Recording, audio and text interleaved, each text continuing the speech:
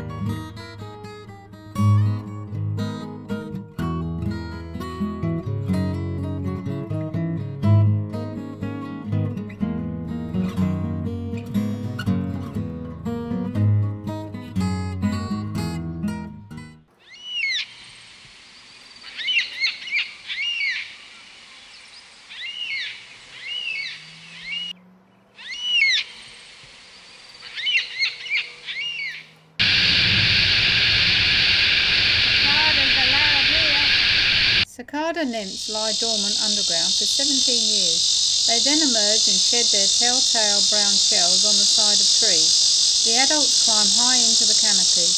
The mating call is quite loud, up to 120 decibels. The adult cicada's life is very short, often only a few days.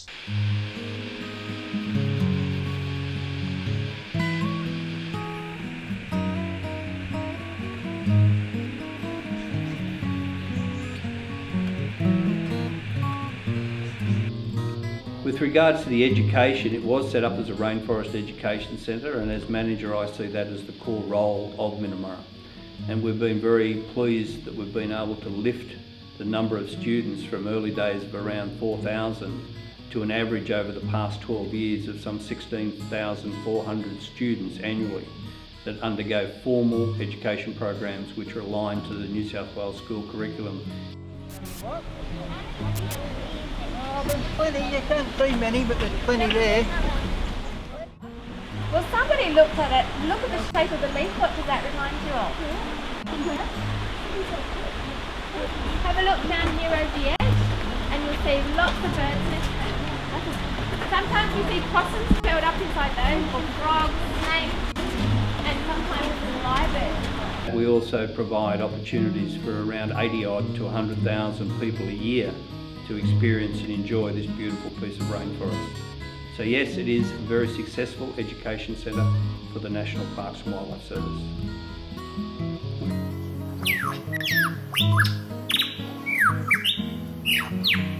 The male lyrebird is very active in autumn through to winter, and he practices all his very array of different sounds that he makes.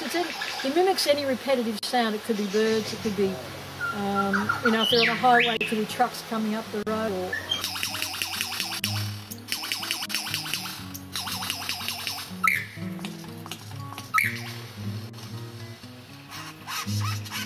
Observant visitors to the reserve can often see some of the variety of wildlife which inhabit the forest, such as an echidna foraging for ants.